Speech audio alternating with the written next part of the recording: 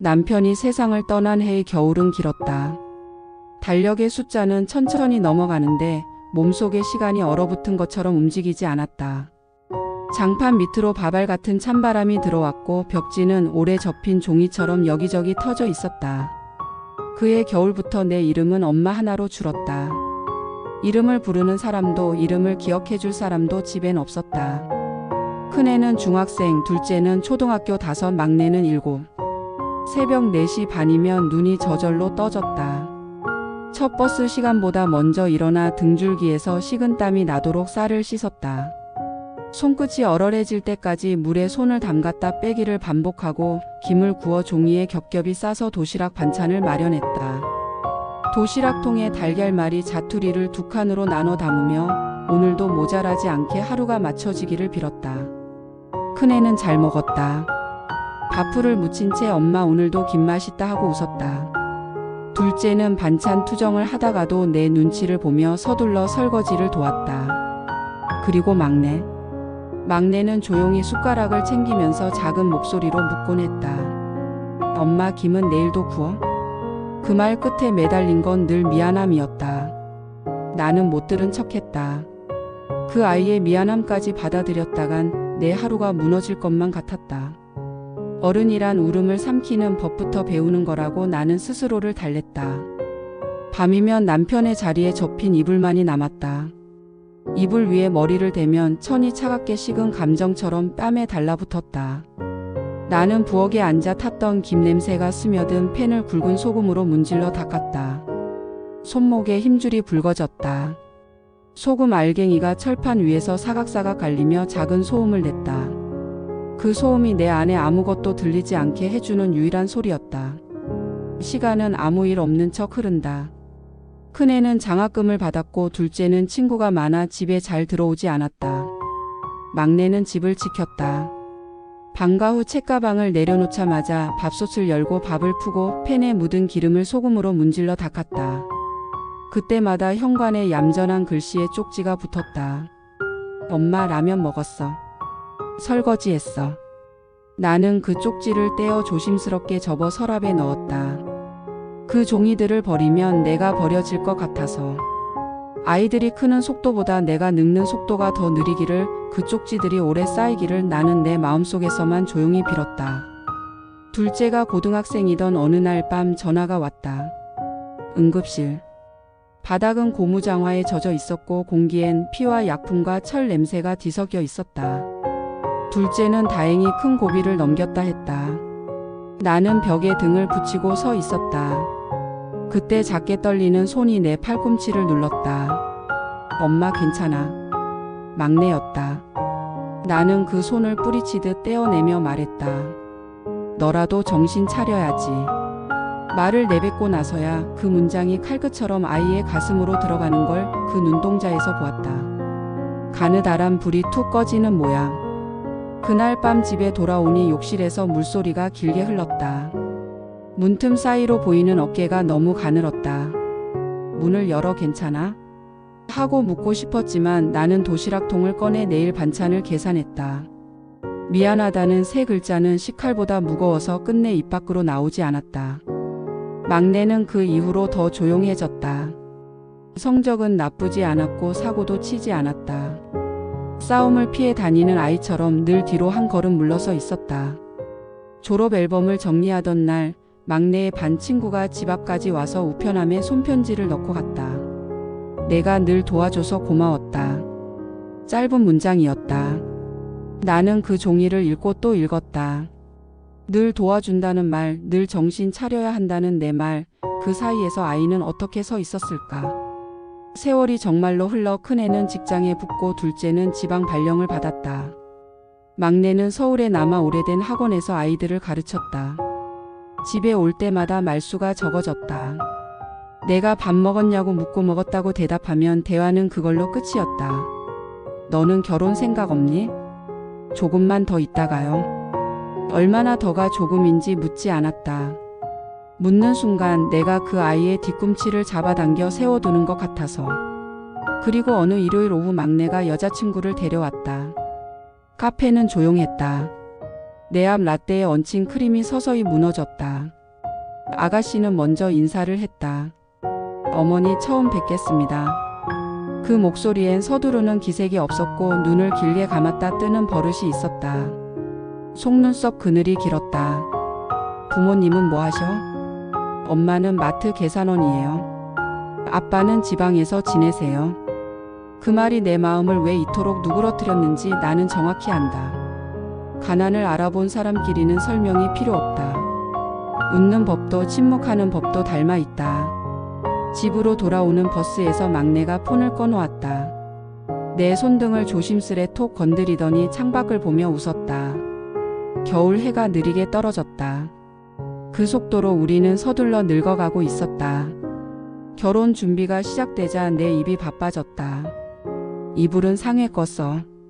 올해가 패백대 송편은 동그랗게 해야 복이 모여. 며느리는 내 어머니 하며 받은 노트를 접었다. 그 단정함이 이상하게 나를 불편하게 했다. 내가 빈틈 보여줄 틈이 사라지는 것 같은 기분. 어느 날 반찬통을 들고 신혼집에 갔다. 싱크대에 반찬통을 내려놓으면서 나도 모르게 투덜거렸다. 요즘 젊은 것들은 김치를 너무 달게만 먹어. 며느리는 젓가락을 내려놓고 침착하게 말했다. 어머니 입맛에 맞게 다시 담가 볼게요. 그 말이 너무 부드러워서 나는 괜히 더 세게 굴었다. 그럴 거면 처음부터 제대로 배우든가. 그 순간 막내가 물컵을 내려놓았다. 잔물결이 유리컵 벽에 탕 부딪히는 소리가 방 안을 한번 울렸다. 그 소리에 내가 놀랐다. 내가 던진 말이 만든 울림이 내 가슴으로 되튀어 들어오고 있는 걸 나는 알았다. 결혼식 날 대기실에서 한복 고름을 매만지며 거울을 보았다. 막내가 내 손을 잡았다. 엄마 나 이제 괜찮아. 그 말이 자꾸 나 이제 엄마 없이도 살 수 있어로 들려 잠깐 숨이 막혔다. 신혼집은 우리 집에서 마을버스로 2정거장. 며느리는 일주일에 한 번 반찬을 들고 왔다. 알배추 겉절이, 우엉조림, 계란장. 나는 됐어 너도 바쁜데 하면서도 싹 다 받아 냉장고에 넣었다. 밤에 혼자 먹으면 놀랄 만큼 맛있었다. 그런데도 전화하지 않았다. 맛있다는 한마디가 고마움의 시작이자 끝이 되어 더 이상 할 말이 없어질까봐. 나는 말 대신 서랍 속 쪽지를 더듬었다. 설거지했어. 엄마 잘 다녀와. 여름이 문지방을 넘었다. 땀 냄새와 참깨 냄새, 빨래 비린내가 한껏 뒤섞인 오후였다. 나는 예고 없이 신혼집에 갔다. 초인종을 5번 눌렀을 때 문이 열렸다. 어머니 연락 주시지 그랬어요. 나는 신발을 고쳐 신으며 말했다. 엄마가 언제 연락하고 다녔니? 내 입에서 나온 목소리가 내가 아닌 타인의 목소리처럼 낯설었다. 거실엔 빨래가 널려 있고 카펫엔 빵가루가 박혀 있었다. 싱크대 위엔 방금 구운 식빵이 씻고 있었다. 며느리가 말했다. 어제 늦게 퇴근해서 집이 엉망이네요. 나는 그 엉망이 서운하지 않았다. 서운한 건 그 엉망 속에서도 내 자리는 보이지 않는다는 사실이었다. 그 온도는 그들의 것이었다. 나는 그 온도를 모른다는 것이 서운했다. 그날 밤 막내가 메시지를 보냈다. 엄마, 다음부터 올 때 미리 말해줘. 우리 둘 다 재택 중이라 회의가 많아. 나는 답을 쓰려다 지웠다. 알겠다. 삭제. 그래 살림은 니네가 하는 거지. 삭제. 결국 보낸 건 중립 얼굴 이모티콘 하나였다. 이모티콘은 말보다 매정하다. 화면 위쪽에 읽음 표시가 떴다. 답장은 밤 11시가 넘어서 왔다. 사랑해요. 짧고 착한 문장. 착한 문장이 더 복잡한 마음을 만든다. 어디에 내 화를 걸어두어야 할지 그 고리를 잃어버린 채로 나는 벽을 보았다. 며칠 후 가족방에 초음파 사진이 올라왔다. 콩만 한 점이 화면 한가운데서 깜빡였다. 큰애가 박수 이모티콘을 보내고 나는 사진을 저장해 인화했다. 냉장고 문에 자석으로 붙였다. 그 작은 생명을 보는 눈이 하루에도 몇 번씩 냉장고로 향했다. 기쁨이 발목을 잡아당겼다. 그런데 이상하게 기쁨이 크면 클수록 그늘도 길어졌다. 며느리가 조심스레 말했다. 어머니, 산후조리원 끝나고 한 달만 도와주실 수 있을까요? 나는 그 부탁을 들은 순간 목이 먼저 굳었다. 내가 애보라고 태어난 사람이야? 말이 나가고 나서야 멈출 수 없다는 걸 깨달았다. 며느리는 입술을 깨물었다. 막내가 서둘러 말했다. 그런 뜻이 아니잖아. 나는 그 말도 미웠다. 내 뜻은 누가 물어줬나. 그날 밤 가족방은 조용해졌다. 방 이름 옆에 숫자 0이 마치 벽처럼 버티고 섰다. 다음 달 손녀가 태어났다. 처음 아는 순간 생선처럼 작은 열이 내 팔에 달라붙었다. 갓 태어난 사람 특유의 눈빛으로 나를 보다가 아주 천천히 웃었다. 집에 돌아와 나는 방바닥에 엎드려 울었다. 조리원에서 나온 며느리는 지쳐 있었다. 나는 밥솥을 들추고 미역국을 데웠다. 고맙다는 말 뒤에 미세한 불안이 며느리의 눈동자에 맴돌았다. 다음 날 나는 어린이집으로 손녀를 데리러 갔다. 예전 동네에서라면 아는 사람이 먼저 데려오면 고마운 일이었다. 그러나 여기 규정은 달랐다. 어머님 등록된 보호자 외에는. 나는 억지로 웃으며 신분증을 내밀었다. 그때 며느리에게 전화가 왔다. 어머니, 저 지금 가고 있어요. 미리 연락 주시지. 기관 규정 위반이라 벌금이에요. 벌금이라는 단어가 며느리 목소리를 딱딱하게 만들었다. 나는 괜히 큰 소리를 냈다. 애를 위해서 한 일이야. 집에 와서 문고리가 쾅 닫혔다. 그날 저녁 가족방에 글이 올라왔다. 며느리 앞으로 아기 관련 일정은 미리 상의해요. 나 상의? 내가 누구한테 상의를 해? 막내 엄마, 우리 규칙 정하자. 규칙이라는 단어가 내 심장의 못으로 박혔다. 우리는 벌써 틀려 있었다. 가을에 손녀가 첫 감기를 앓았다. 밤새 열이 오르락 내리락 했다. 며느리는 젖은 수건을 이마에 올렸고 막내는 작은 손을 쥐었다 폈다. 새벽 3시 반, 나는 죽을 끓여 들고 갔다. 초인종을 누르자 안에서 작은 발소리가 뛰어오다가 멈췄다. 문이 조금 열렸다. 며느리 얼굴이 헝클어져 있었다. 어머니, 지금은 좀. 막내가 뒤에서 말했다. 엄마, 우리 오늘은. 문이 닫혔다. 나는 뜨거운 냄비를 들고 계단참에 앉았다. 주기로 김이 올랐다 내려앉았다. 김이 눈으로 들어왔다. 눈물이 났다. 봄, 시장에서 김을 고르다가 어지러워 주저앉았다. 구급차 사이렌이 귀를 찢었다. 병실에 누워 천장을 보니 형광등이 하얗게 울었다. 간호사가 링거를 꽂고 나가자 문이 조용히 열렸다. 막내가 들어왔다. 양손에 편의점 봉투, 어깨가 들썩였다. 엄마. 한마디. 그 한마디가 내 이름 전체보다 따뜻했다. 왜 이제 왔어? 라고 말하고 싶었지만 대신 나는 물었다.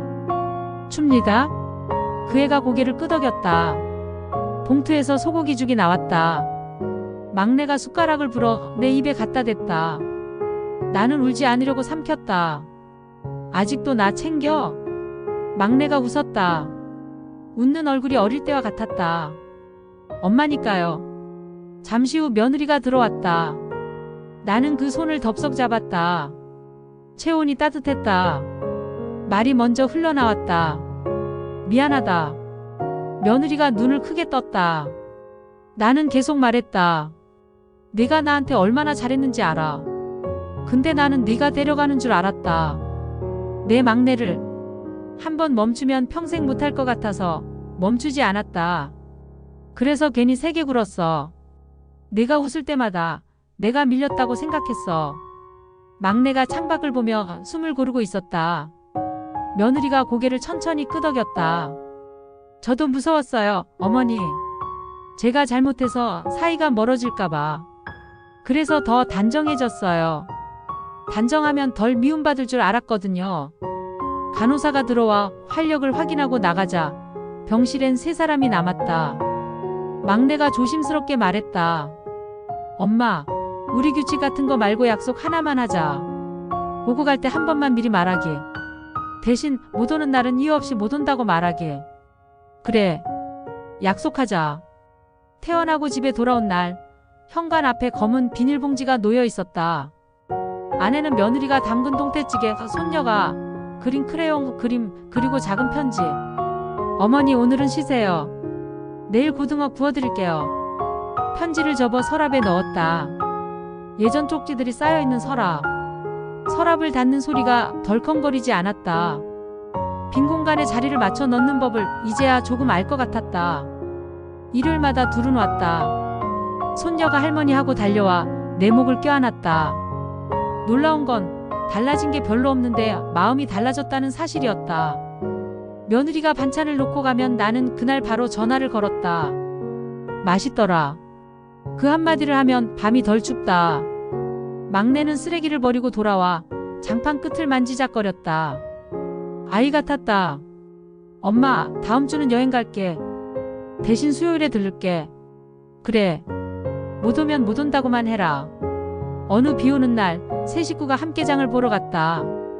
시장 입구에서 비닐 파라솔이 바람에 뒤집혔다가 원래대로 돌아왔다. 생선가게 앞에서 며느리가 고등어를 고르고 막내가 휴지를 들고 나는 꽁치를 집었다. 이건 내 몫으로 해라. 왜요, 어머니? 나도 이제 산다. 너희만 사는 게 아니다. 말하고 나니 웃음이 나왔다. 며느리도 웃었다. 우리 셋은 손에 비닐봉지를 주렁주렁 달고 빗속을 걸었다. 비는 세차게 내렸지만 신발이 젖는 느낌이 나쁘지 않았다. 집에 돌아와 생선을 굽고 밥을 퍼고 상을 폈다. 손녀가 젓가락을 들었다. 며느리가 내 접시에 생선살을 조심스레 얹어주었다. 나는 멈추지 않고 밥을 먹고 살을 발라 며느리 접시에 다시 얹어주었다. 조심스러운 손길에는 조심스러운 손길로 답한다. 그게 요란하지 않은 화해다. 식사를 마치고 막내가 싱크대에서 물을 틀었다. 물소리가 맑았다. 며느리가 젖은 손을 앞치마에 닦으며 말했다. 어머니, 다음 주는 저희가 김치 담가 올게요. 배추 말고 총각김치도요. 알았다. 그런데 설탕은 너무 넣지 마라. 네. 짧은 대답 뒤에 웃음이 붙었다. 그 웃음은 체념이 아니었다. 같이 사는 사람의 웃음이었다. 밤이 깊어 둘이 돌아간 뒤 나는 서랍을 열었다. 오래된 쪽지들, 포스트잇 편지. 그 위에 오늘 장보기 영수증을 올려두었다. 영수증 맨 아래에는 카드 결제 24,300원이 찍혀 있었다. 숫자가 이상하게 따뜻해 보였다. 그 숫자만큼 우리는 함께 살아냈다. 가끔 묻는다. 나 자신에게. 나는 정말 좋은 어머니였나? 대답은 아직 모르겠다. 하지만 이제는 한 가지를 안다. 내가 붙잡고 있던 건 사랑이 아니라 미안함이었고 그 미안함을 사랑인 줄 알고 더 세게 움켜쥐었다는 걸.